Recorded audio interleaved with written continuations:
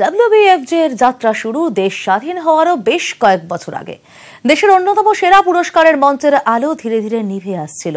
3 বছর আগে সেই লস্ট গ্লোরিকে ফিরিয়ে আনার প্রচেষ্টা শুরু সিনেমার সমাবর্তনের। আনুষ্ঠানিকভাবে সাংবাদিক সম্মেলন এবং প্রশংসিত হরনাথ চক্রবর্তী, চিরঞ্জিতদের উপস্থিতি জানান দিচ্ছে সেই কাজ অনেকটাই এগিয়েছে। নয় করে 2 বছর পার, এবার তৃতীয় বর্ষ। ন্যাশনাল অ্যাওয়ার্ডের পরে স্থান ছিল যে অ্যাওয়ার্ড সেরিমনির, প্রায় সকলেই ভুলতে বসেছিল সেই WBFJ অ্যাওয়ার্ডের নাম। খনি থেকে হিরে খোঁজার মতো আবারও এই অ্যাওয়ার্ডের ঔজ্জ্বল্য ফিরিয়ে আনার প্রচেষ্টা শুরু 2016 সালে। এবার তৃতীয় বর্ষ, একেবারে অন্য আঙ্গিকে, অন্য মোড়কে West Bengal film journalist awards আসতে চলেছে সকলের সামনে। নতুন মানে আমরা আলাদাভাবে নতুন কিছু দেখাবো বলে কিছু করছি না। আমরা চাইছি, আমরা গত 2 বছর ধরে যেরকম করছিলাম, আমরা খুব রুচিসম্মতভাবে ছোট্ট পরিসরে এবং ভালো ছবিকে পুরস্কৃত করার চেষ্টা করে আসছি, যার জন্য আমরা কোনো অনুষ্ঠানের মধ্যে কোনো নাচ গান দর্শককে টানার জন্য কি বলবো আকর্ষণীয় কোনো অনুষ্ঠান কিছু রাখছে না, জাস্ট অনুষ্ঠান পুরস্কার দেওয়া। নিজে WBFJ অ্যাওয়ার্ড নিয়েছেন যখন তার বয়স 4.5 বছর। এহেন প্রসেনজিৎ চট্টোপাধ্যায় আজও ভোলেননি দিলীপ কুমারের মতো মেগাস্টার তার সঙ্গে ভাগ করে নিয়েছিলেন সেই একই মঞ্চ। নিজে খুব খুশি WBFJ এর সেই প্রাচুর্য ফিরে আসায়।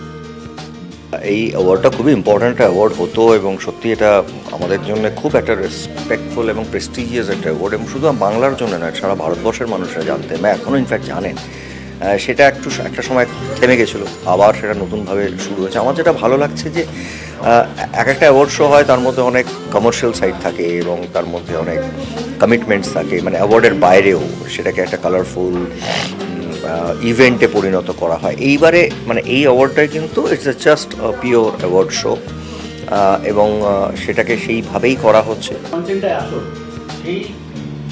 সাংবাদিক সম্মেলনে ভালো সিনেমা নাকি ব্যবসার জন্য সিনেমা, এই নিয়ে একটি ডিবেটও হয়।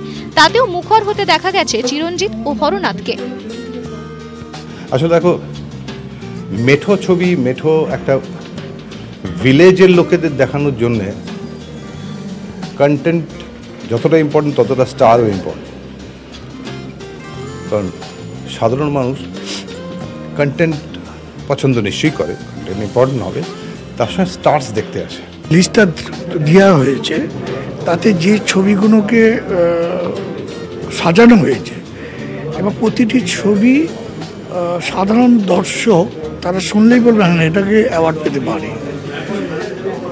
কিন্তু এমন একটা ছবি নেই যে ছবিটা দেখেনি কেউ, পোস্টার পড়েছে উঠে গেছে, অত সেটা পাচ্ছে, তার মানে তখনই 2-4 হয়, তাহলে এটা নিশ্চয়ই পয়সা দিয়ে নিয়েছে। সেটা BFJতে কখনোই হয়নি।